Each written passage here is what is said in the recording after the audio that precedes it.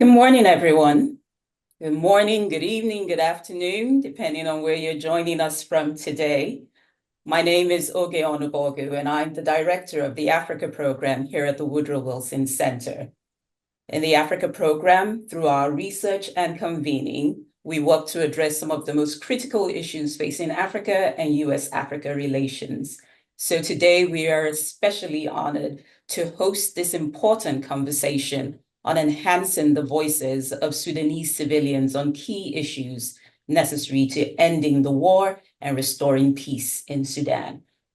Today, we're particularly honored to welcome the U.S. Special Envoy for Sudan, Tom Perriello, to this conversation, along with a diverse group of Sudanese civilians who are joining us for this discussion today. As many of you know, the Wilson Center is a unique institution in U.S. foreign policy. We are congressionally chartered, scholarship-driven, and fiercely nonpartisan and independent. This special status brings with it certain obligations to not duplicate what others are doing, but instead to prioritize the most important issues and opportunities, and to do so in ways where we can add value and make a difference to ongoing conversations. As the civil war in Sudan enters its second year, the ongoing conflict has caused one of the worst humanitarian crises in the world today, with thousands of people killed, millions displaced, and millions also facing acute hunger. So today, our Sudan's working group will be going through some of the recommendations from a series of conversations that this group has been having since January. We're particularly honored today to be hosting this conversation along with the Middle East program here at the Wilson Center. And we are also thankful for the generous support from the Open Society Foundation that has supported these series of dialogues that we've been having since January of this year.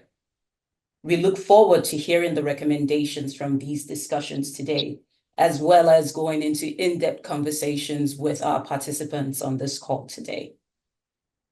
For those who are not aware, the Sudan's working group at the Wilson Center was established since 2009, and the working group is currently chaired by Ambassador Donald Booth, who is the former U.S. Special Envoy to Sudan and South Sudan, and Ambassador Nuruddin Sati, who is the former Sudanese ambassador to the U.S. With that, I'm going to go ahead and turn it over to co-chair Donald Booth to lead the conversation from here. Thank you very much. Great. Thank you very much, Oge, and welcome to everyone.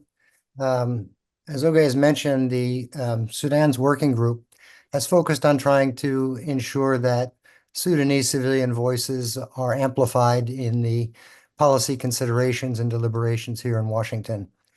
We have completed a series of 4 discussions that highlighted the voices of a diverse group of civilians on many critical issues, such as advancing civilian unity, influencing armed groups to agree to a ceasefire and humanitarian access, security sector reform, and securing civilians a seat at peace and future governance negotiations.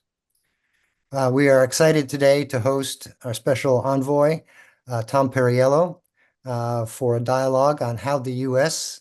will engage with stakeholders, and we look forward to him addressing a number of questions. But first, let me give you a brief introduction of our special envoy. Ambassador Perriello was appointed on February 24th as special envoy for Sudan. He's a distinguished lawyer, diplomat, and politician. He was a member of the Special Court for Sierra Leone back in the early 2000s. He served as U.S. Special Envoy for the Great Lakes and Congo in 2015 to 16, and is representative of Virginia's 5th Congressional District, 2009 to 11. Most recently, he was Executive Director of U.S. Programs at the Open Society Foundation.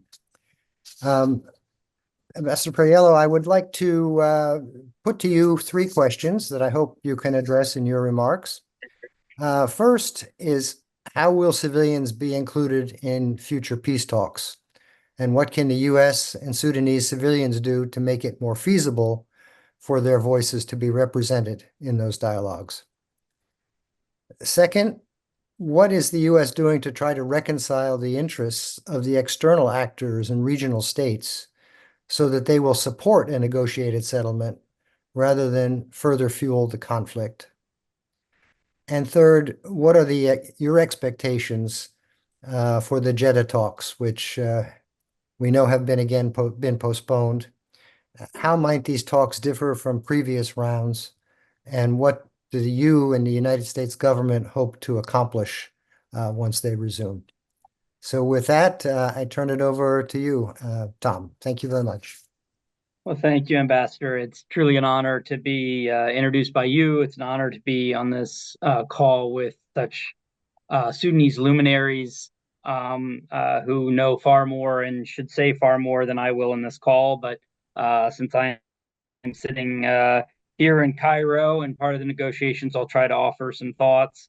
And also, just on the topic of civilians, we know how many are in harm's way, whether that's innocent women and children in El Fasher or any other corner of the country, or whether that's youth, women, and others who are still trying to document abuses, deliver food and aid through mutual aid programs, and so many other ways that people are just trying to find a way to save lives in a completely horrific and unacceptable situation.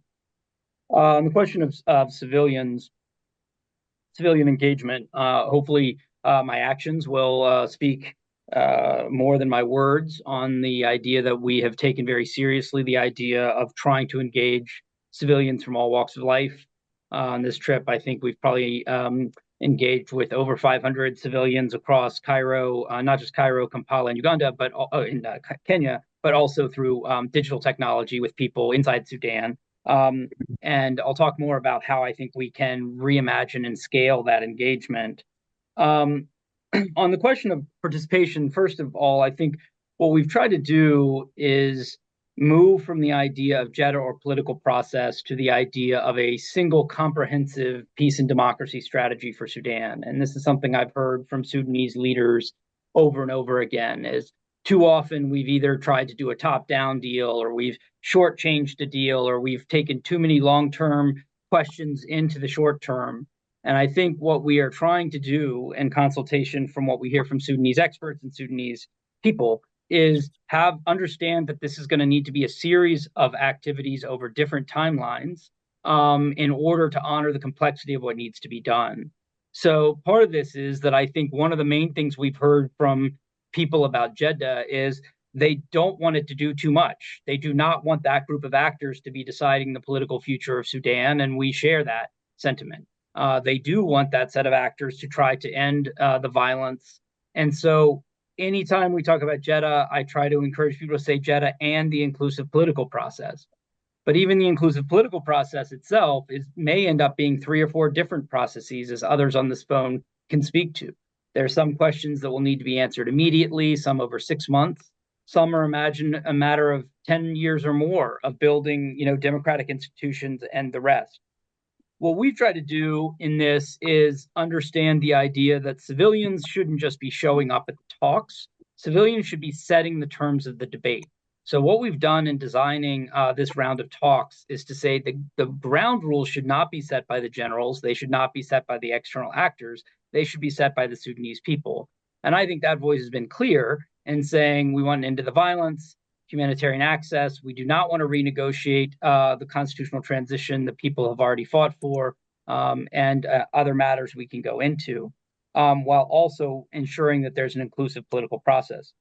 The other thing that I think we are trying to do, and quite honestly, we are way too late in the process to do this as well as I would like, is that I think we need to shift from the kinds of tools we were using for civilian engagement in the last century into ones from this century. I think the old model still involves too often the idea of inviting some number of people into a state capital. You get them visas, you get them hotels and per diems. It's a very laborious process. It takes a long period of time. And the problem is not only that that's often expensive and slow, and it's a challenge to make it representative. Now we live in an era of social media. And in the era of social media, it takes about 10 minutes of that conference before everyone online is spreading misinformation, conspiracies, and lies about everyone that's there, what's motivating them, and what's going on. I think we have an opportunity to be scaling up civilian engagement to being thousands at a time, tens of thousands at a time. And we know the Sudanese are incredibly digitally savvy. It's played a huge role in throwing off Bashir. It's been a big role in imagining mutual aid societies. And we are trying to think about a much more aggressive and intensive form of civilians being not just part of a process, but really being able to define that process. Now, as I said, I think that developing the kind of muscles that can do that over time, particularly in an environment where we have major shortages of telecommunications and other things, is a real challenge. But I say that only to say that we are trying to think very aggressively and creatively about how we can ensure that civilians are not just part of the process, but really defining the terms of the process. So I'm sure others here today will have very good suggestions of what we can do going forward. And I think it's important for us to think about a comprehensive strategy. What does that mean in terms of Jeddah? What does that mean in terms of political dialogue? What does that mean in terms of future elections, accountability of a potential caretaker government, and other means? So we can come back more into that. On the question of regional actors, again, I hope actions say something along with the depth of the bags under my eyes. This trip was Cairo, started in Cairo, went through Kenya and Uganda, then to Saudi Arabia. Now I'm back in Cairo and I'll be going on to the Emirates from there. I think it was clear for those who tuned into the Senate testimony, which I think was actually viral content in the Sudanese networks, even if it did not exactly light the American media environment on fire. It was very clear that we see from both Republicans and Democrats growing concern about the role, particularly of the Emirates, but also foreign fighters of other foreign countries in this. And we are being very clear from the United States in raising the costs for negative actors, both inside and outside of that involvement, but also saying it's not enough to just stop doing bad things. The Sudanese people deserve for you to be proactive in becoming partners for peace and stability. Now, sadly, I wish the regional actors had been motivated by the level of suffering in Sudan. And for some, that has been a motivating factor. For others, it's a recognition that this is now a threat to regional stability. And that threat to regional stability is becoming a growing concern for more countries who may not have cared sufficiently about human suffering. While I would have preferred the former, we are going to use any allies we can in the peace process. And this goes a little bit to the question about this round of negotiations. Wherever they end up being, we assume they'll be in Jeddah soon. We had very positive conversations with the Saudis yesterday and with the Egyptians today. We can talk about that more. But really, the thing I want to emphasize, and I try to emphasize with everyone, including our European colleagues and others who are not formally part of Jeddah, this is almost entirely about political will. This is not a deeply technical negotiation. Now, there are deeply technical issues that many on this phone are experts on that need to be figured out for the people of Sudan going forward by the people of Sudan. But the things that will end this war are not deeply technical issues. They are almost entirely questions of political will. Are there enough costs on the bad actors for continuing, whether those are internal or external? Is there a path forward where there's a political demand to hand the power to civilians and end this war?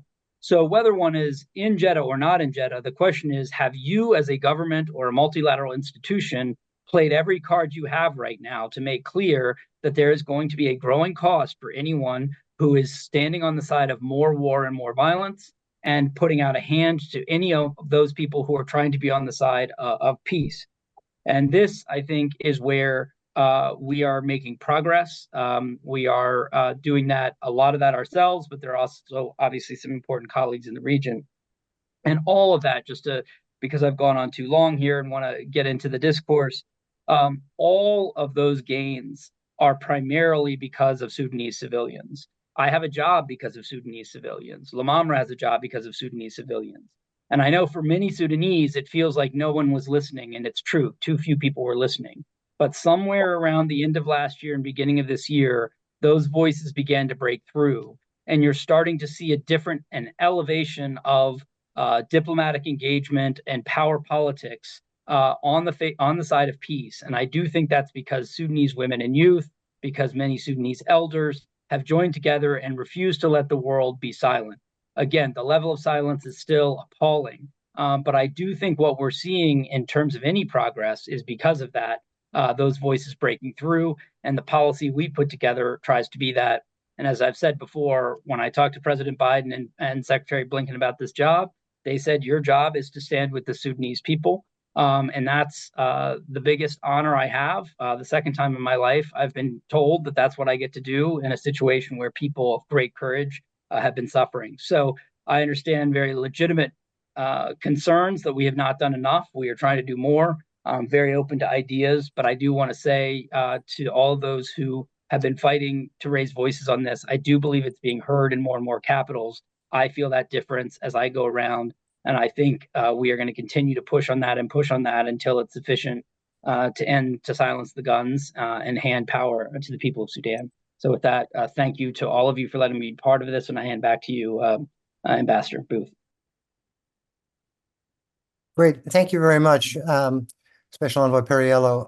If you would allow me just one quick follow-up. In your engagement with the region, has the issue of the unity of civilian voices been an issue? I know in the past that was a concern, that the cacophony of civilian voices sounded more like chaos than democracy, even or at least stable government within the broader region. Could you just comment briefly on that? It is an issue. I think it's both an opportunistic excuse and in some cases a more real concern. And I think one of the challenges that civil society has had, and sometimes I think they have not gotten the best advice from some of the diplomatic corners, is it's very difficult to do two things at the same time. One is to be in a resistance mindset, and the other is to be in a governing or pre-governing mindset. And we tend to have more unity in a resistance mindset. Think about the 18 days against Mubarak here in Egypt. It's unifying against something. Governing is harder, as the song goes. And I think part of what's been difficult is some of the key coalitions have been trying to put together essentially political parties and governing coalitions, which is a governing activity, before the war has ended. And that's important because building political parties is difficult. It's not very fun. It's about compromise, and it's very transactional. Resistance tends to be unifying and morally pure. And I think by mixing those two things up, in some ways, civil society lost its moral clarity of a unifying voice for peace. And the political parties were somehow being asked to do more or different things than you would expect a political party to do. So I think in this period, we've been trying to center back this idea that the Sudanese are united. And again, this comes back to this idea of understanding what it means to have a comprehensive approach, with Jeddah only being one jigsaw puzzle piece. For Jeddah, I think that the Sudanese people are already extremely united. If you ask, do you want to end the war? Do you want to end the atrocities? Do you want to have humanitarian access? Do you want to have a transition back to a civilian authority over a permanent professional army? These all get 80–85% support. And they're unifying positions. And I think that unity can and should have power over both the fighting forces and their leadership and over external actors. But it is true that social media has made that more difficult. I think it's also been more difficult because people have, for very responsible reasons, been trying to also prepare for what comes next. And in that, I think we've lost some of the narrative of what the Sudanese people share in terms of their unity. Great. Well, thank you very much for that and for your very insightful remarks on the current status from perspective of those of you trying to mediate an end to the conflict. I'd now like to move to introduce 4 other members of the panel that we'll be able to engage in question and answers with. First, I'd like to introduce Dr. Rabab Baldo, who's a long-term activist in bringing women's voices to numerous Sudan peace processes, including the Comprehensive Peace Agreement back in 2005 and the East Sudan Peace Agreement. She has worked with the UN and with the Intergovernmental Authority on Development, IGAD, as a senior gender and inclusivity advisor, and she is a member of FemWise, the Network of African Women in Conflict and Mediation. Our second panelist is Eltijane Sese, who was governor of Darfur in 1988 to 89. He is the leader of the Liberation and Justice Movement. And following the signing of the Doha Document for Peace in Darfur, or DDPD, back in 2011, he was appointed by the Bashir government as chairman of the Darfur Regional Authority, a position that he held until 2016. He is currently chairman of the political grouping, the National Movement Forces. Our third panelist is Ms. Haneen Ahmed, who worked in herself right at the beginning of the conflict in one of the emergency response rooms in Omdurman. She is now in the United States working to raise awareness of the humanitarian catastrophe unfolding in Sudan and advocating for more effective and voluminous humanitarian aid delivery.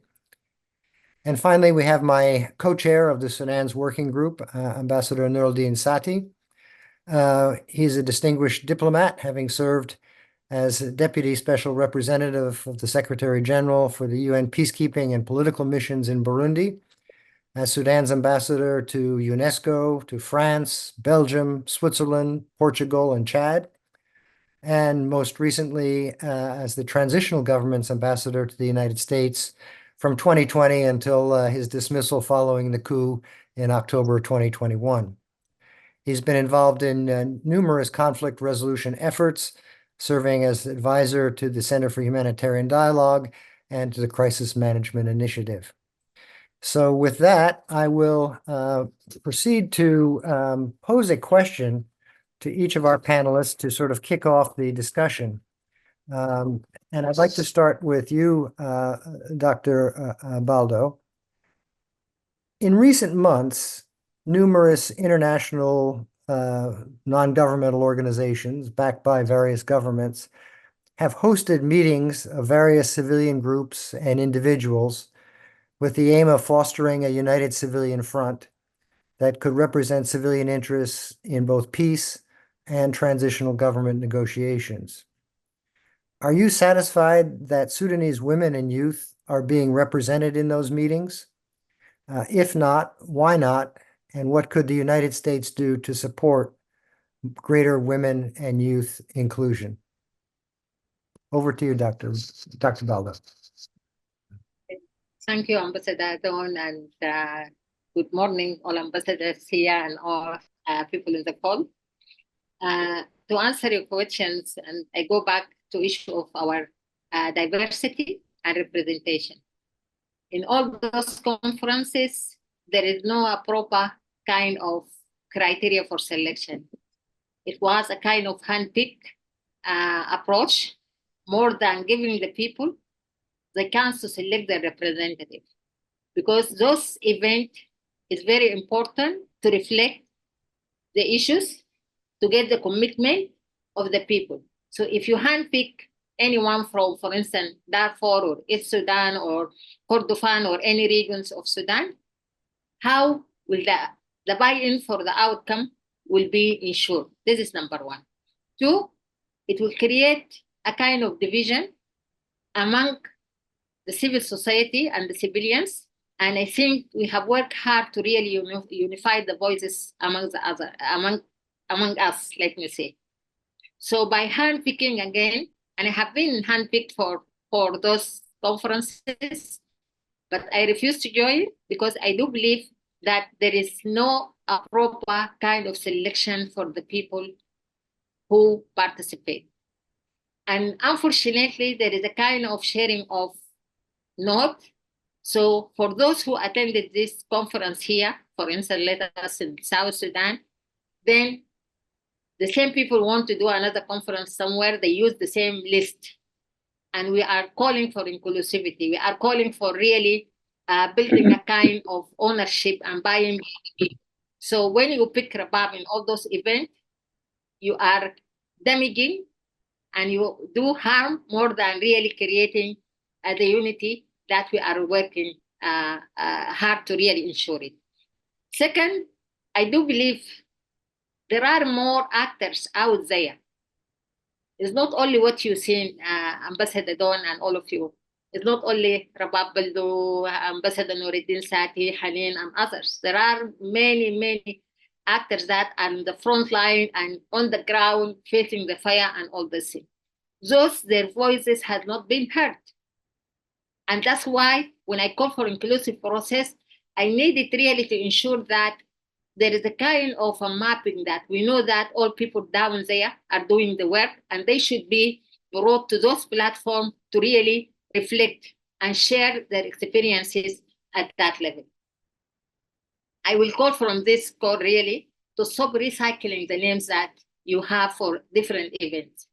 Yes, we are doing our best to influence the process, but there are other actors, other revolution actors that they are really doing the great work. And when I say revolution actor, because there are other actors that are not part, and they should be also considered somehow, somewhere, but not part of the process because they did damage, and that damage has to be, they have to be held accountable for that. So in response, in answering to your question, I'm not satisfied with the way that things has been done.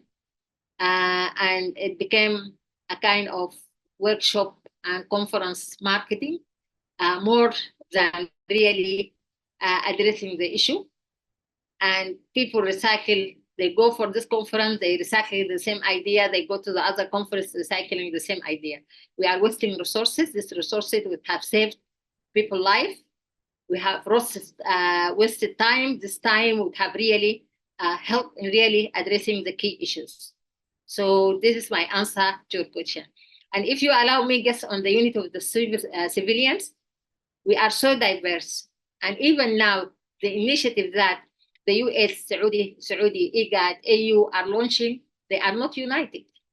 Why always in any platform, we as civilians have been asked to be united? The most important here is the unity of purpose, to agree on a common agenda, minimum common agenda, that will help us to work collectively to really stop this war.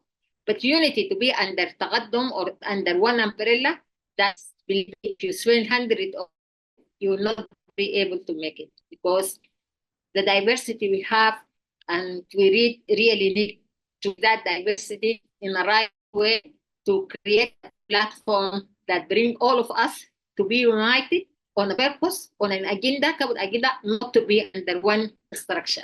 And thank you so much for the opportunity. I'm fighting it to be this.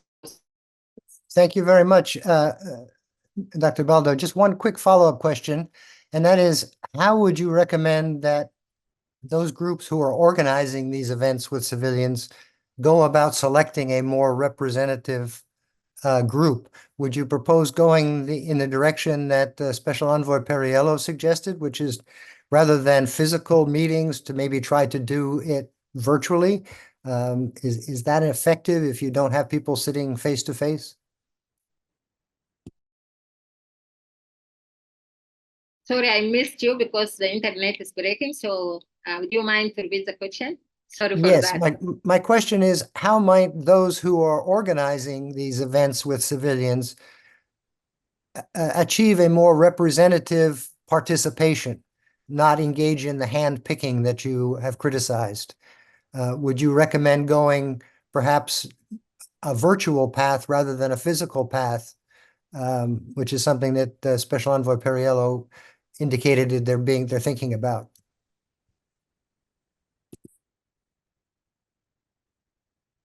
Yeah, both can be done, but the most important, you have to have a very clear criteria for selection.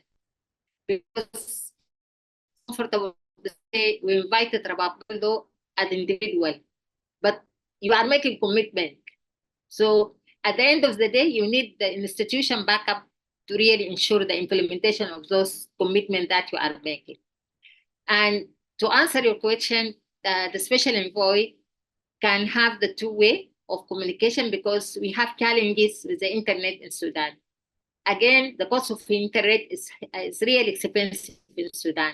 So with the famine that is hitting the country badly and the systematic targeting of the activists, and it make it difficult, for people to really buy bread than buying internet. or airtime to join meeting. So the priority is really most of the people are on the survival mode to really address their basic needs now with the situation and the continuous war that had never stopped. We had never had a single day with a ceasefire. It's always happening here and there, and it's impacting negatively on the people, and then impacting negatively on the priority of the people to really engage in the meeting or to find a way to really meet their ends. So he can apply the two approach, Excellency. But the most important, and my message to you and my advice to you, take your time to see who's there. Don't go by a list, ready-made list that you haven't been and you haven't known those people how you receive this list. So do your own stakeholders mapping and analysis and go deeper to see who's there out there. So my advice, don't go by a ready-made list that prepare somewhere. I don't know who's preparing it and recycling it and sharing it from France to Stockholm, from Stockholm to Addis, from Addis. It's just like recycling the same list, and we are missing out, and we are really losing time. And at the end of the day, the legitimacy of the process, if there is no proper representation, it will be just waste of resources and waste of time. Okay, So thank well, you so much. Yes, thank you very much, Dr. Baldo. I understand that Special Envoy Perriello needs to leave us in a few minutes. We really appreciate your joining us. If you have Ambassador, any I final benefited comments? from how bad Cairo traffic is. So the person that I'm meeting with is late. So I will stay on for a few more minutes and be able to gain more wisdom. But I will fade out gracefully in about 15 minutes. Great. Well, again, thank you so much for your participation, and we wish you all the best on your mission and your continued engagement to try to bring peace in Sudan. I'd now like to turn to Chairman Tijani Sise and pose a question to you. You're chairman of the National Movement Forces. In November 2023, that group issued a Port Sudan declaration that it recommends that ceasefire and humanitarian access matters be addressed in the Jeddah process, but that political talks concerning transition and governance be dealt with in an inclusive Sudanese dialogue. That seems to track very well with what Special Envoy Perriello was mentioning earlier. But how do you envision this Sudanese dialogue being different from past national dialogues, which really hadn't solved anything? And how do you envision it being organized by whom, including which people, where and when? So over to you, Johnny Cisse.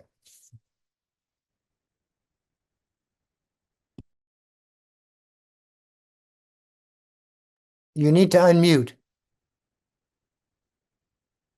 Can you unmute? Yeah, thank you very much, Ambassador Booth, and my greetings to Ambassador Perriello. And well, we have actually issued that Port Sudan declaration, and we believe that there are two tracks that have been identified by the regional and international community to address the Sudanese crisis: the military and humanitarian track in Jeddah, and the political track, which has been stalled for quite a long time. And we believe that the military issues should be discussed in Jeddah.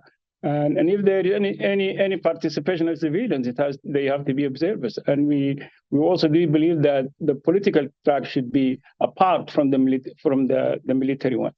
And what kind of issues that should be discussed within the political track?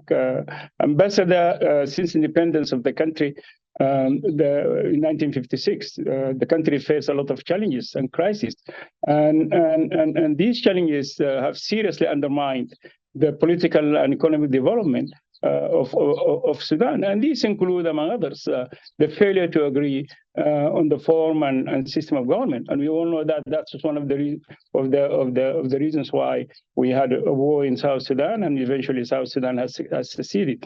And furthermore, also we have a conflict of identity. So, well, we still have conflicts in Sudan, in some parts of the country, which are being fought along the lines of ethnicity, whether Africans or of Arabs. And, well, we had constitutional crisis. And we failed throughout the 68 years since independence of the country to agree on a permanent constitution.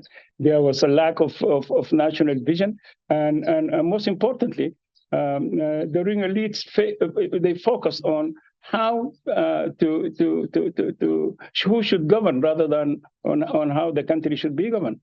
All these factors, which I refer to as the historical root causes of the Sudanese crisis, are very important to take on board in any upcoming future political negotiations, because we think these are the entry points to the vicious circle that has been, and then the pattern that has been repeating itself over and over in Sudan, where we had military dictatorships, uprisings, and then democratically elected governments, and so forth. So we do believe that the political track should be different, and at the same time, the political track should address these root causes of the Sudanese crisis.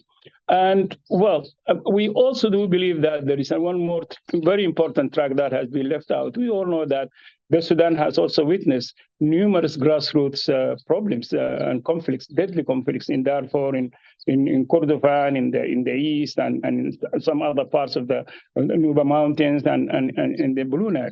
Now, the question is, which we do feel that even if an agreement has been reached in Jeddah, and another political agreement has been reached by the political parties and the civil groups, it will be extremely difficult to sustain on practice if these kind of social grassroots problems of crisis have not been resolved. Therefore, we recommend that.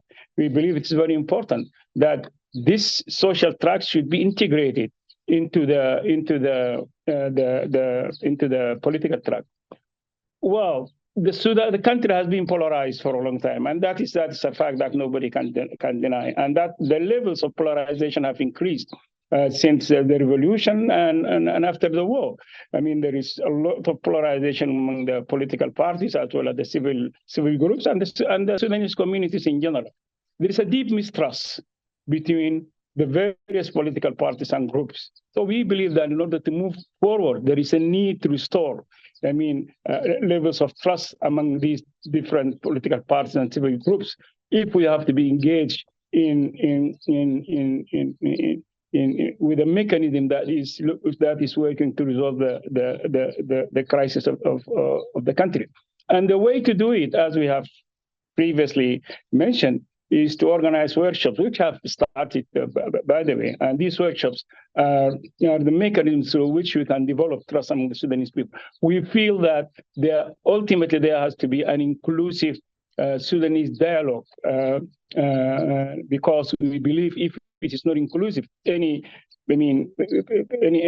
part, any section of the Sudanese people who are left out, they can pose serious threats to the stability of the country, particularly during the transitional period. And we know that the transitional government is going to face numerous problems. Foremost, the issue of security within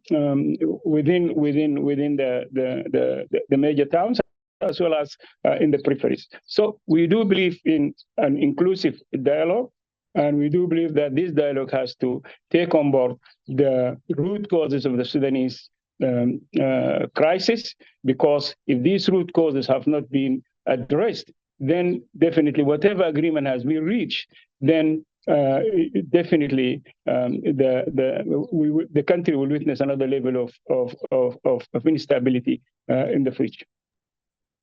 Great. Well, thank you very much. But I'd like to just follow up. You mentioned the idea of inclusivity and how everyone needs to be involved. Otherwise, they could end up as spoilers to any agreement. What I've heard, I think Dr. Baldo also referred to it, was that many of the civilian actors are very much opposed to inclusion of the former NCP and some of their radical Islamist allies because of the damage that they have done to Sudan in the past. and that including them would in effect be walking back the gains of the 2018-2019 revolution.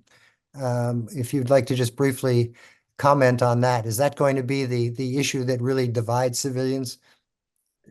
Well, from a legal standpoint of view, it is the inclusion of the NCP would more or less be difficult because it's a dissolved party. It is no longer a political party. There's no doubt about that.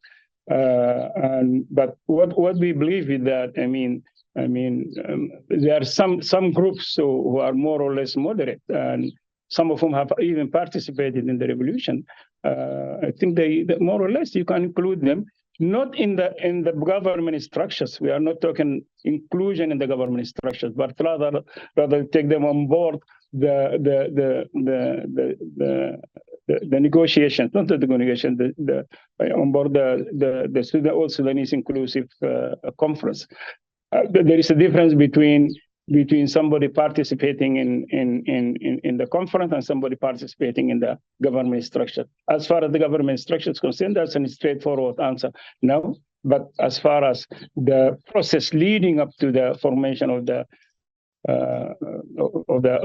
transitional government, yes, they can be part of that. The moderate ones can be part of that. Otherwise, I think we risk prolonging the war through the country nowadays, unfortunately, there are a lot of groups which are now carrying arms in the country, and there's a lot of chaos in there. We need to carefully consider this so that this will not the pile of weapons that are now spreading in the country would not actually retard the transitional process and the transformation to civilian rule. Great. Well, thank you very much. I'd now like to turn to Ms. Ahmed and pose a question to you. You are part of what we would call the grassroots civilian movement, having worked in the emergency response room in Omdurman. Several emergency response room representatives, and I think you might have been one of them, came to Washington a few months ago, and I think toured some European capitals as well, and pleaded for humanitarian aid donors to direct more resources to the emergency response rooms, rather than trying to do it through the United Nations or international NGOs. Have those pleas received a positive response? And what more can be done to get humanitarian aid to the Sudanese who need it? I was just reading this morning that talks have broken down between the SPLM North, Abdulaziz Al-Hilu, and the government in Port Sudan, because the SPLM North wants access to all parts of Sudan, and the government is continuing to resist that. But if you could focus first on kind of how your message to the donors has been received, and then talk a little bit more about what you think could make for more effective humanitarian assistance. Okay, thank you. Good morning, ladies and gentlemen. Thank you for the invitation for the Wilson Center.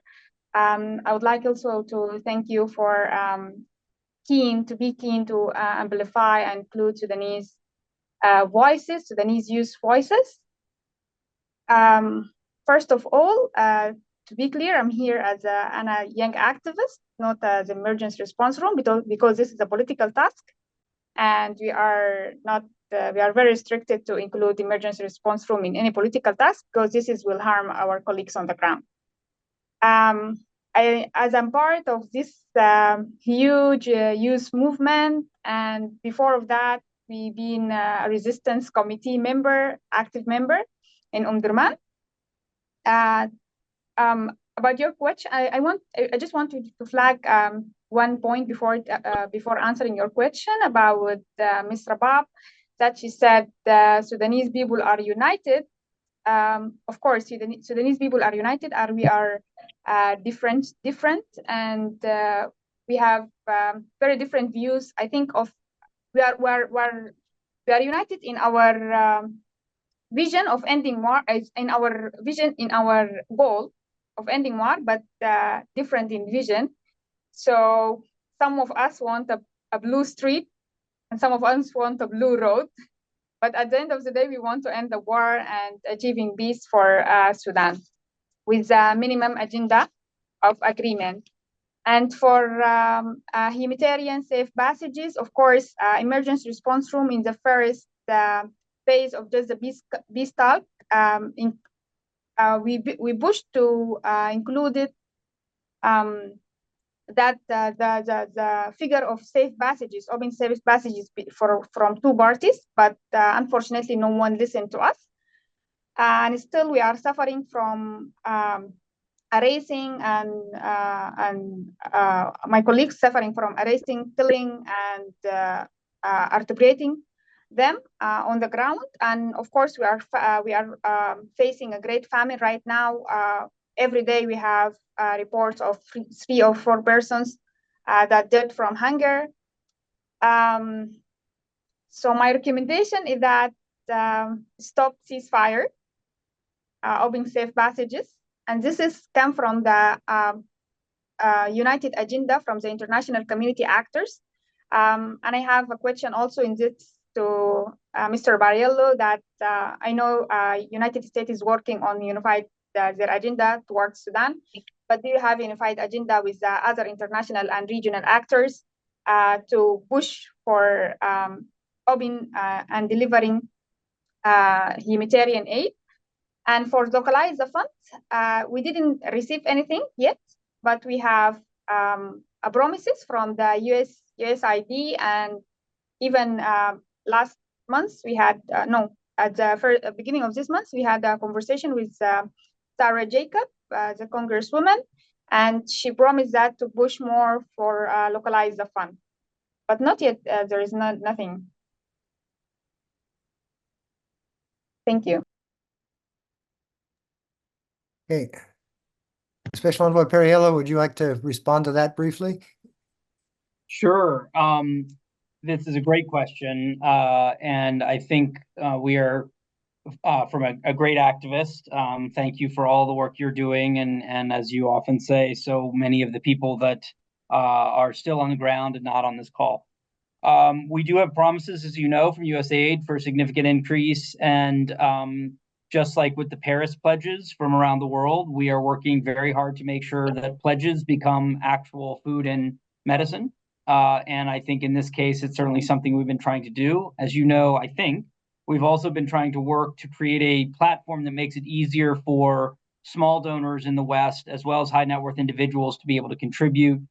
This required agreement from a lot of the mutual aid groups on a platform that could meet due diligence standards that would trust to come through.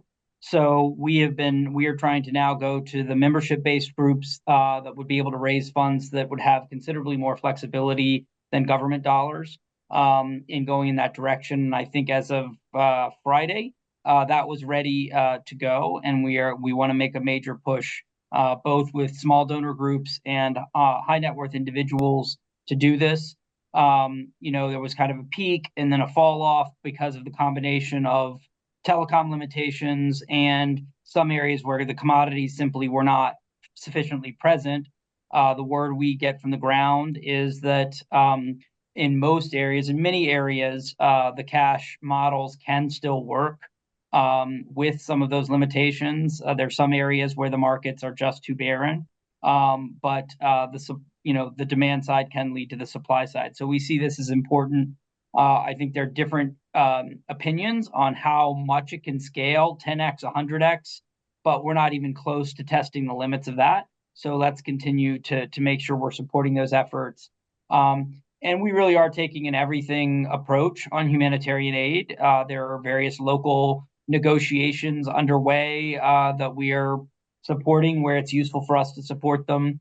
Obviously, at the end of the day, there's no shortcut to getting SAF to allow the kind of border access and expedited border access that is the norm on international humanitarian law. And obviously ensuring that also in RSF areas, aid workers can operate without the threat of death, without the threat of harassment.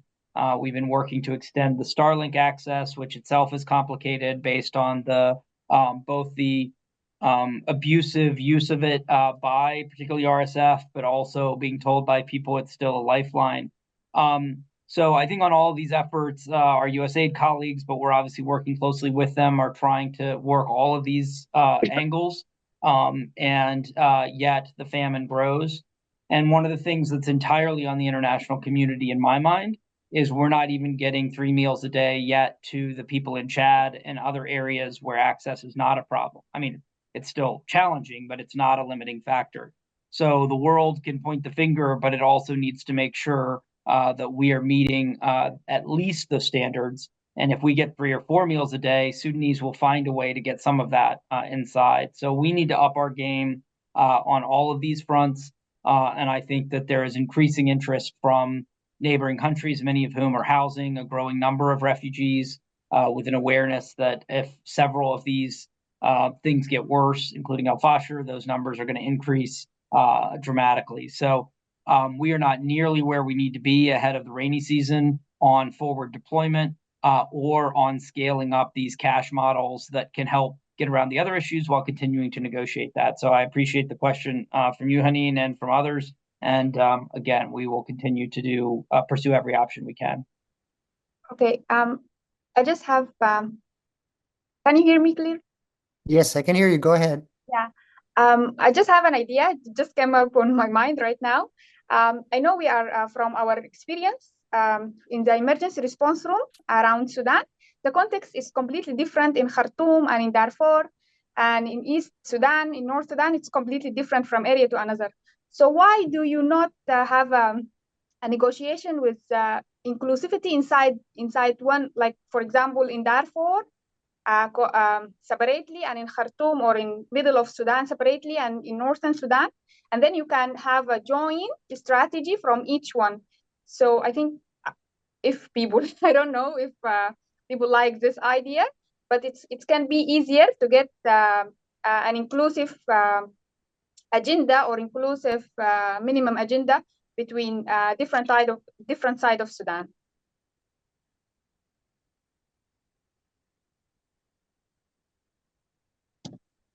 I don't know if that was a question to me, Don, or if we were moving on, but just let me know. No, I think that was a question for you as the U.S. government rep. Representative, yeah. So yeah, I mean, I think the question is, do you mean localized approaches on ceasefires or on mutual aid or on all humanitarian access? Yeah, for the ceasefire and mutual aid as well. Making some kind of solidarity in the same side. But yeah, for example, in Darfur, you can invite civil society groups, community leaders, religious leaders, and political leaders as well as a Darfurian. And then in the east, do the same thing. In the middle, in Khartoum, do the same thing. So even sometimes you will meet the same people, but at the end of the day, you will have this region or this side of country approach or idea matching their context and their problems and their own needs. Yeah, this may be something to throw back to the many experienced people on this call. I mean, the short answer is we're doing both, but that doesn't mean we're doing both well. We are having very localized conversations on both ceasefire and access with everyone from JPA and non-JPA signatories to local traditional leaders to others. In many cases, that's happening without international people present, which is also fine. I think on the upside, that's often where solutions can best be reached. On the downside, sometimes that's diffusing international pressure and people are fighting the same battles where there are certain questions that we should try to settle more broadly. But I think that, we also try to play to our comparative advantage. And right now, I think that the best path to ceasefire is basically to align the regional actors and get some of them in a very different position than they've been. And I think that's something harder for grassroots groups to do, where the U.S. government is better situated. So to some extent, that orients some of our focus and prioritization towards those questions. But we have at both my level and our local, we still have many locally employed staff, from the embassy who are working these issues. And the rest. So again, I would not be surprised if Ambassador Sati and Natijani and others, Baldo, have some suggestions around this. I think basically the short answer is every time we hear of an initiative that's worth considering, we work it and see what we can do on it. That can create a little bit of the dynamic of the 8-year-old soccer match where everyone runs around. So we're trying to stay somewhat focused on the big picture with the leverage that we have, but would very much appreciate hearing from you and other activists, but also the others on the phone, what things you think where we're missing opportunities, where the U.S. presence is helpful versus not helpful, and again, whether on this call or subsequently, we are very open to suggestions and directions. So thank you for pushing us. Thank you. Would any of our panelists like to respond to Special Envoy Perriello on that, in terms of the idea of pursuing everything, but at the same time trying to remain focused, particularly on the key regional actors, in order to get the comprehensive ceasefire and humanitarian access? Anyone care to comment? Yeah, Ambassador Bose, if you don't mind. Please. Yeah, I believe one of the problems nowadays is that there is a mushrooming of regional and international initiatives on Sudan, and that in itself is very confusing to the Sudanese stakeholders. We believe that this mushrooming of initiatives will more or less delay the process of concluding a ceasefire agreement, and it will definitely hamper the political track, which is still hampered, it has not yet started. We do believe that the best way to get over this is to have an umbrella of regional organizations, maybe under the leadership of the African Union, including the United Nations, the EU, the Arab League, and so on, to harmonize all these initiatives. And if that does not happen, I don't know. I mean, most of these regional actors are not of the same distance from all the Sudanese forces, I think, and some of them are deeply involved in encouraging the conflict in the country. So I'm not sure how could that work. In order to be a mediator, you need to be a neutral, and I think some of them are not neutral.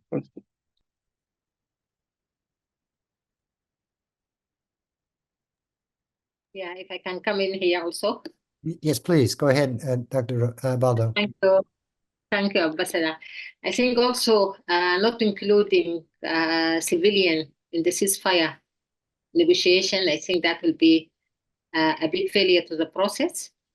The war in Sudan has really showed that without the civilian being part of the ceasefire process, and we bring the civilian face to that process, I'm afraid we will not really fix that problem, and we will do harm. I have seen in many processes, I work in Africa, Middle East, in Asia with the UN, I have seen different modalities of how mediators can really have the power to influence the two conflicting parties. In the case of Sudan, this is for me is completely missing. I have never seen the US using its muscle to really put pressure on the conflicting parties to really sit and work on a solution for this conflict.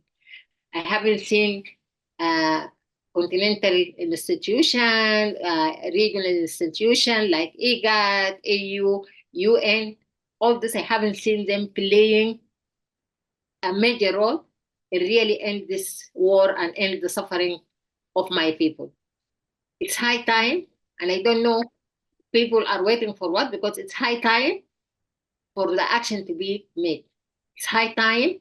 If it needed to be targeted sanction, it has to be put in place. If it needed to be whatsoever action that needed to stop this really crazy war that is happening, and to stop the killing machine in Sudan, I think it's high time for all those people who want to really find a solution. And my message to you, Excellency, Special Envoy, you have to do your best to ensure that the ceasefire process has a civilian face and has a women face and has the youth face to really come and talk to those leaders and come and to influence and see that this ceasefire It's not talking about ensuring safe corridor for people to leave the towns. It should consider how to protect people. We have seen it in different countries that the protection of people has been put first before encouraging them to leave the country. I mean the towns. And that a failure of Jeddah because it hasn't worked on a modality to protect people. It worked on having a ceasefire to allow civilians to move and then continue the fight. So my call to you, we need an urgent ceasefire. We need civilians to be part of this negotiation, and we need a very clear timetable for this ceasefire. We don't want political commitment and lift talks. We want action, and we cannot wait more than we have waited so far. It's now 1 year and 2 months. We don't want to see that. We are entering the third year. So thank you so much. Great. Well, thank you very much. Can you just give me 1 minute to respond to that issue? Because it's a very important issue, this issue of involving the civilians in the military track. I mean, most of us believe that there is a need to establish a fully fledged civilian government during the transitional period, while others see otherwise. So these people are calling for the civilians to participate in the Jeddah platform, but while others have reservation that if the civilians have to participate in the Jeddah platform, then the military has to participate in the political track, even though we do believe that there are some cross-cutting issues like the SSR, for instance. And well, I think the best scenario, the best option is, well, if there is a civilian participation in Jeddah, it has to be as observers. Otherwise, the military will, I mean, the fear is that the military will more or less say, okay, if that's the case, I also want to participate in the political track and become part of the executive branch. And that will definitely will not fall in line with the wishes of a lot of people. So this is where the issue is. I think the best solution for this is to identify the cross-cutting issues and then to establish a separate track for the cross-cutting issues where civilians and military can meet and address those cross-cutting issues. Thank you very much. I see that, Hanin, you have your hand raised, and Ambassador Sati as well. But could I just quickly follow up, because we've had a question from the audience, and Dr. Baldo had mentioned the issue of protection, and the question from the audience, and I think this is perhaps something you can address, Special Envoy Perriello, is there are a number of people who have been taken hostage. We hear a lot about the hostages in Gaza. We don't hear much of anything about hostages in Sudan. Is there anything being done to try to address the hostage issue in Sudan? If that's to me, I'm out of time, so I'd love to hear from Ambassador Sati really quickly, and then I can try to respond to all of those together, which I probably won't do justice to, but maybe that's the best way to try to do that. Okay. Ambassador Sati, over to you. Thank you, Don. Yeah, we have been debating the issue of civilian participation in Jeddah in the ceasefire talks. And the general, consensus has been that it might not be a good idea to invite the civilians to sit at the table in Jeddah. Yeah. Actually, there is going to be a lot of resistance for various partners, whether the two belligerents or other engaged parties. But the main idea, the initial concept, and the question is, how can we bring civilian voices to weigh into the peace talks in such a way that they can influence the outcome of the peace talks? Because this question is a political question. The war is a political war before, being a military one. And the end game, the famous end game that we are all talking about, has to be clear to the two belligerents. And it is not going to be clear unless the civilians supporting them voice themselves in a very clear manner as to what are their expectations of this war. We have the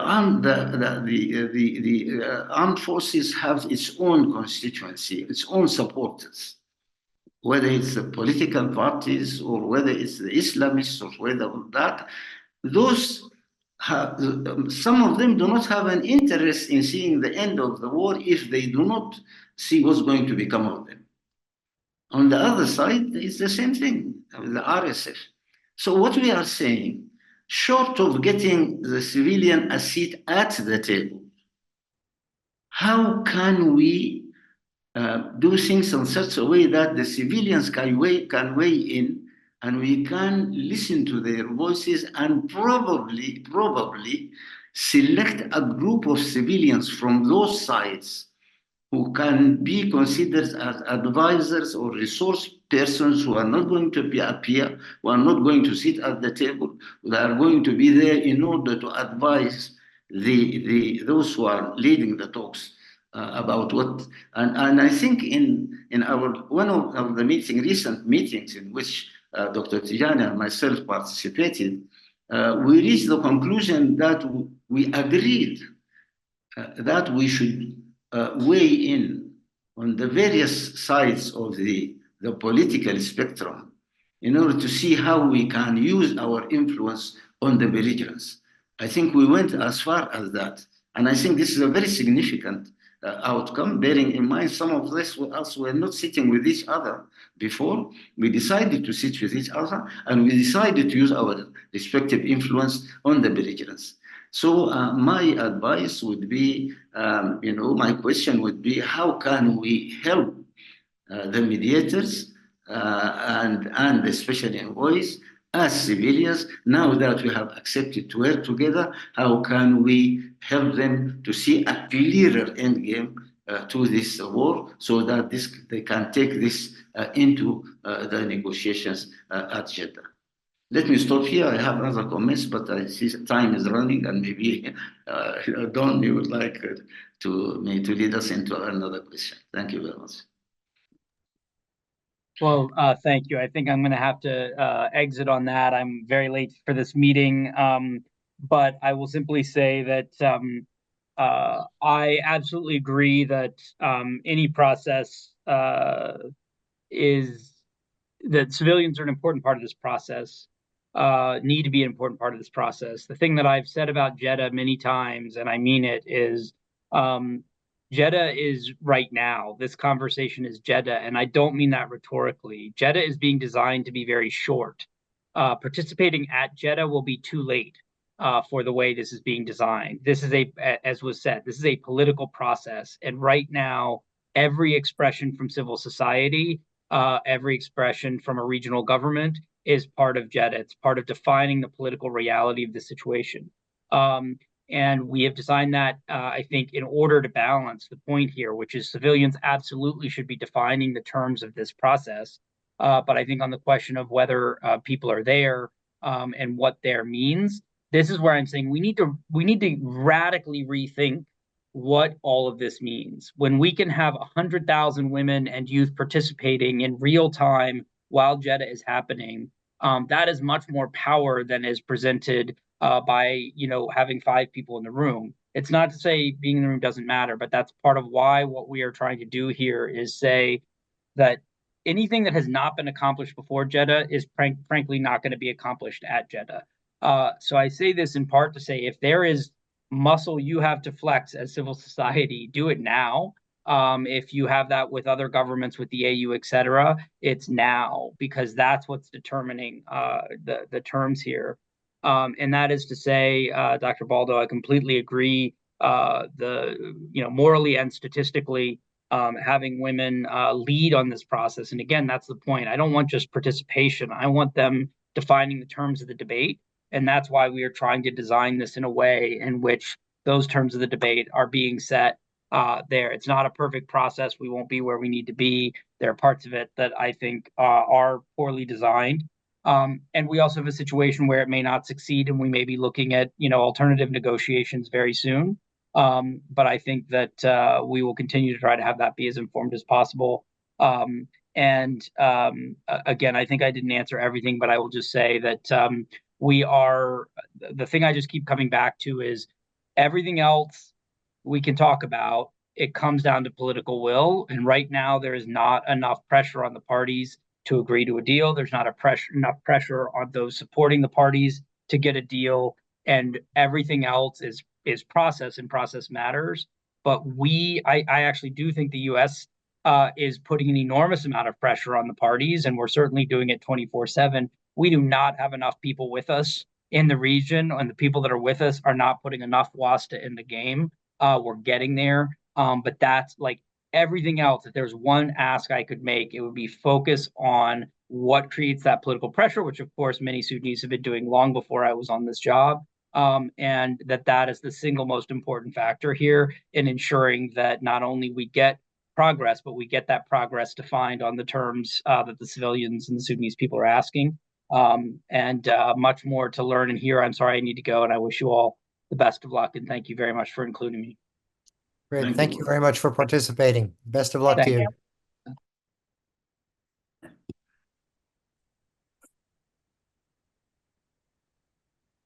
Okay, Ambassador Sati, let me turn to you.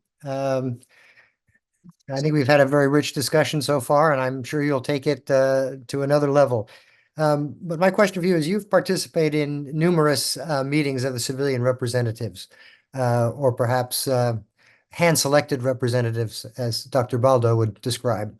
Do you believe they're making progress toward unity? And by unity, I don't mean forming a single block, but rather, as we've been discussing this morning, what are the common principles or goals that are emerging? And if they're not making progress to those common goals, principles, what is blocking that? Well, yes, Don. I think we are making some progress. For the first time in the last few weeks, groups from the various constituencies have been able to meet and to talk to each other. Whether it's the Taqaddum side of the equation, whether it's the Hirak side of the equation, whether it's the Democratic Bloc side of the equation, and some of Islamists and all that. I think this is a first step in the right direction. I am not saying that is enough, but we are beginning to talk to each other. I agree with Rabab. Of course, everybody is not there, and there is enough inclusivity. The selection process is not very clear to many. Yes, it's true. But that's where, if she has her own experience on this, so we all have our own experience in this, but you have to start somewhere. And this is, I think, for me, a beginning. It's true that it needs to be widened, it needs to be broadened, it needs to include other, representation from the various, and we spoke about it actually in our meetings. What are we going to do about the traditional sector? What are we to do about the confessional sector? What are we going to do about the grassroots? What are we going to do about, the various parts of Sudan who are not sufficiently representative? And here I go back to what Periello said, is that we can combine, we can have virtual meetings to get together the largest possible number of people, especially if we are to discuss social issues, if we are to discuss humanitarian issues, if we are to discuss the fracture, what Dr. Tijani mentioned, the historical, grievances and all that. You can have these, what I call town hall meetings. You can have those town hall meetings as sounding board and as to capture the ideas and the views of the population at the widest possible range. This needs to be organized. It's not easy, as Hanin was saying, because you have a problem, an issue, as Rabaf has said, an issue of connectivity. But I think this is important. How to include the stakeholders in any peace process has been an issue. Dr. Tijana and myself have been working with this, he recalls, as early as 2007. and many of you have their own experiences. So let us have those combine the two methods. The method of a town hall meeting virtually, where the largest number of people from various parts of Sudan can come together in order to discuss those issues. Out of this, we can have a kind of a small secretariat, can capture those ideas and take them to another forum. Probably this, what we are all calling for, the all Sudanese, the inclusive, Sudanese all-inclusive dialogue that we are now trying to discuss and see how we can do the right kind of representation in it. Inclusivity is an issue there, but I think we are gradually trying to find a solution for that. So, Don, the basic principles is one, ending the war, two, humanitarian assistance should be provided and should be working all to achieve that. The issue of protection of civilians, of course, is key. And the issue of accountability comes, as a priority, and what to do with the armed groups and those who are fighting, above all the RSF, the issue of integration versus disbanding it and such issues, and of course, what kind of political process we are going to have. We all agree that it has to be inclusive, that the military will not be part of the political institutions, but it's unavoidable that we talk to them about the future of the country. Because if they are not part of that, there's no guarantee that they are going to be, supporting whatever will come out. How to involve them is another issue. But of course, if we can get some representation of those fighting with the factions, with the armed groups into the all-inclusive national dialogue, I think it would be reasonable to capture their views also and to tell them clearly what to expect and what not to expect. So in a nutshell, this is exactly where we are now. We would like to gain more inclusivity. Perfect inclusivity does not exist, but I think we are moving gradually towards that.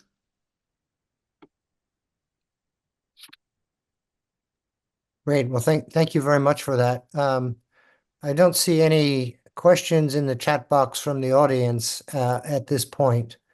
So I guess I would really like to maybe drill in on one key issue that you have just raised, and also Dr. Baldo raised, and I know that Hanin has raised as well, which is, how do you get that inclusivity? What are the mechanisms that can be used to identify people? If I were to advise an international NGO that said, I want to really hear from Sudanese civilians and make sure that their voices are being heard. I don't want the usual suspects. I don't want the political party leaders. How would you go about identifying those people and getting them to engage? I throw that question open to everyone.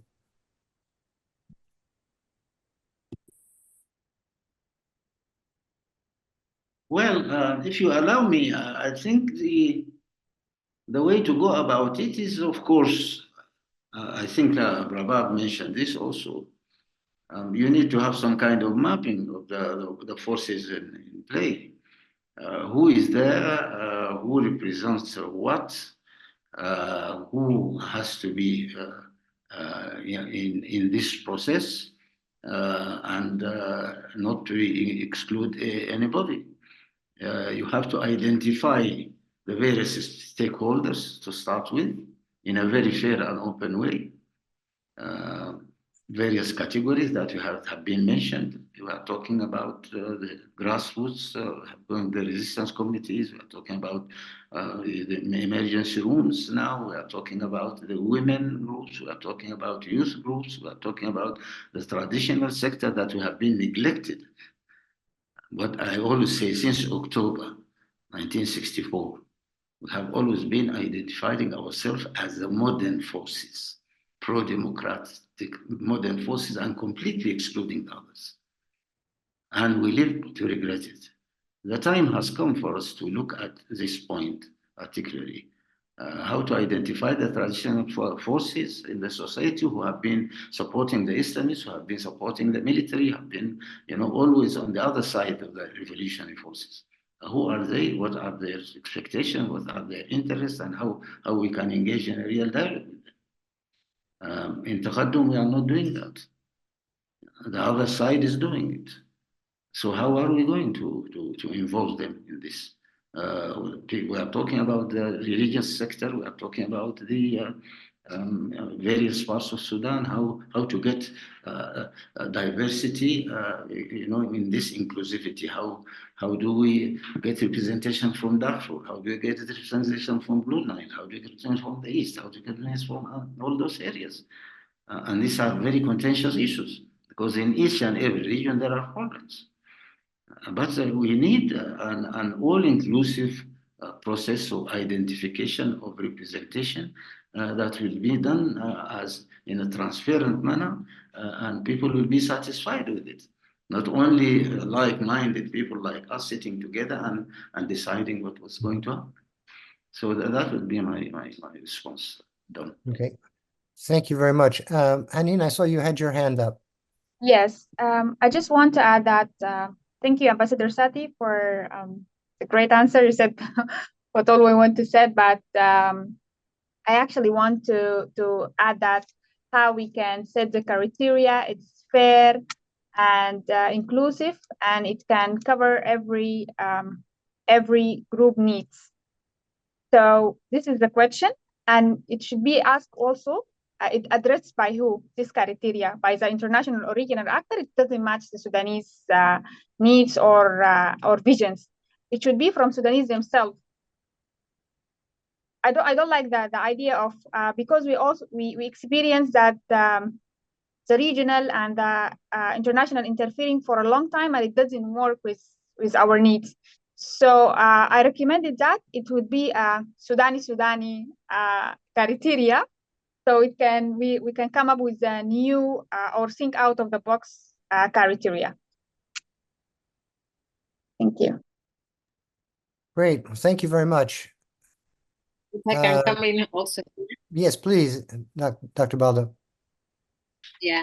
I think we need also to consult the people themselves. For instance, if I just use the way that we do it as a women group, we know each other and we are part of different structure. So if there is any event or if there is any consultation process, we ask who has the interest, because if it's a legal related about constitution, then we look on the professionalism.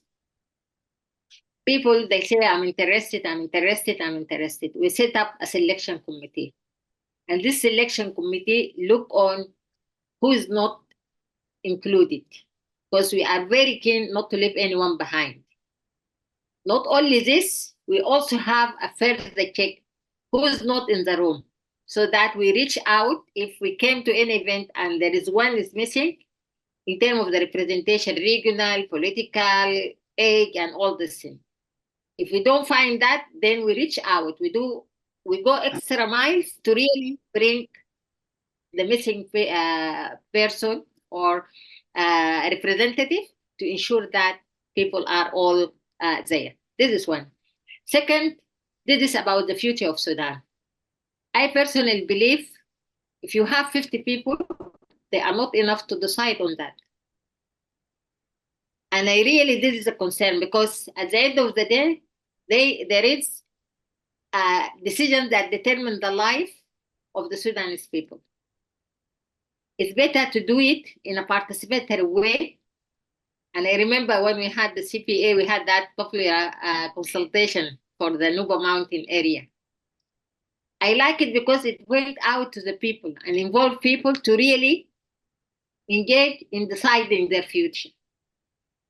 We have already lost time, but okay, let's do it right. Let's do the consultation. Let's reach out to all the social, all political, all religion. And I agree with Ambassador Nuruddin, the religious, the native administration, although they are structures that we have really to include, and to include all the civil society to include all the political actors. Take the time to do this consultation, then you get it right, because any decision comes out of this consultation, the buy-in will be very high. The ownership will be very high, because people, they feel they contributed. People, they feel they know it. But if they are sitting here and see people traveling France, all over the world cities, and they don't know what is the outcome of that, they have not been consulted. It's only few people, you are creating harm because you are developing interest group that really it lead to solve the problem. So this is my final word, and thank you so much for including me in this very important discussion, and thank you for keeping Sudan agenda alive and on top of everything. شكرا جزيلا. Thank you very much. We are unfortunately running out of time. And so we'd like to move to the last part of our agenda. And I'll turn to Ambassador Sati to try to summarize some of the main recommendations that we at the Wilson Center have come up with in the Sudan Working Group following our 4 sessions that were held between January and April of this year. So Ambassador Sati, over to you. Thank you, Don. We really had rich discussions in the 4 sessions, and we're thankful to all those who have taken part in them. Let me very quickly, in the interest of time, just give a brief summary of the outcomes of these meetings. Firstly, reconcile the divergent or competing interests of external supporters of Sudan. This is important. We have touched on it in our discussions earlier. The second point is avoiding favoring any of the belligerents. Of course, for a mediator or someone who wants to resolve a problem, has to see to it as much as possible that we talk about the concept of impartiality or neutrality, which is very difficult to maintain in such kind of situation, but it needs to be done. And we have seen the result of not abiding by this in the current situation. Encourage broad civilian unity around a few shared core principles and objectives. And that's exactly what we have been trying to do, and we mentioned earlier, especially a governance vision for a post-conflict Sudan. And that's why we are advocating for this all-inclusive national dialogue, and encourage civilians to articulate possible acceptable end games for the belligerents. I mentioned that earlier, that the issue of endgame is very important. It's a political issue. And it's for us, civilians, to come with acceptable, quote unquote, end games, and that the 2 belligerents can consider, helpful to them in order to themselves and conclude this conflict. Fourthly, encourage civilians to resolve current differences, especially regarding the inclusion or exclusion of the National Congress Party and radical Islamists in any civilian bloc, and on the role of belligerents, if any, in a transitional government. This is an issue that we have been discussing. We have not reached a conclusion on that, but we have adopted some principles and a way of resolving it, as has been mentioned earlier by Dr. Tijani. 5, encourage Sudanese civilians who are pursuing civilian democratic governance to cast their position on the security organs, future role in the economy, and on belligerents' accountability as desired outcomes rather than as red lines. What is our vision concerning the issue of accountability, the issue of involving the military in whatever we would like to do in the economy, in a way that they will not be part of it, but they are going to be there in order to see to it that whatever we agree upon is sustained. 6, assist grassroots civilian groups achieve an equitable place among civilian actors in peace and governance negotiations. And this is important. We have been discussing the issue of the grassroots and how to involve them. And I think a few minutes ago, we were discussing this issue as being a crucial one, how to involve the grassroots, the stakeholders, and we have some ideas about how this can be done, either organizing what we call as these town hall meetings, the issue of popular consultation has been brought into the discussion also, but we need to learn from the lessons of the past also. The fact that this popular consultation has never been implemented and the outcomes of it have not been implemented. We need, but the process is, I think, is a reasonable one. 7, help prepare civilians to play a constructive role in any security sector reform, SSR negotiations, share others' SSR experiences with them, how to prepare the civilians for this, because it's important, because they play a key role in this. How are they going to approach it, and how are they going to be prepared to play that role, and how are the military themselves be prepared, of course, to play that role. 8, signal to the belligerents and their backers U.S. willingness to work with a reformed Sudanese security architecture that is under civilian control. This is important. This message is important.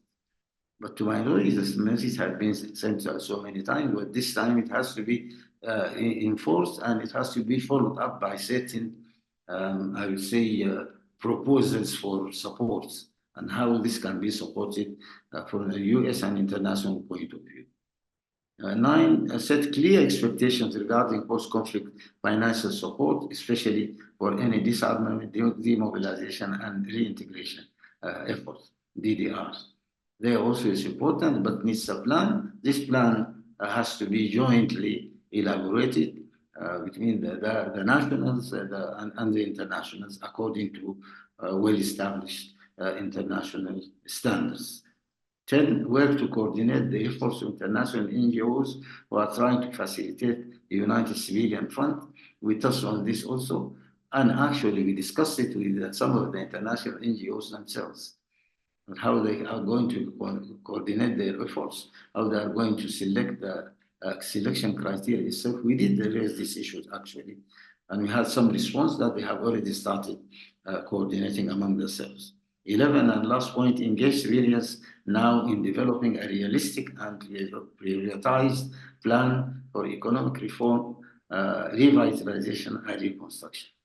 Actually, civilians should not wait to be invited, but many of them are organizing themselves already and having ideas on that, but they need to be supported. And thank you very much, Don. Let me thank also our guests and thank them for their continuous commitment and engagement and for having taken part in this interesting discussion. And thank you, Don. Over to you. Great. Well, thank you very much, Nordine. Unfortunately, we are really at time. So I just want to conclude by saying that we at the Wilson Center Sudan's Working Group. Ambassador, there is recommendation on women and youth. It did not come out. Sorry for that. Okay, we will make sure that was one of our recommendations. We will make sure that gets highlighted as well. Okay. I think that might address what you're trying to say also, Hani, no? Yes, I just want to add about the security sector reform. We should address that the security sector reform in 2021 completely failed because there was no local ownership, as there was no gender vision. So our security is not a gender security sector is not gender sensitive at all.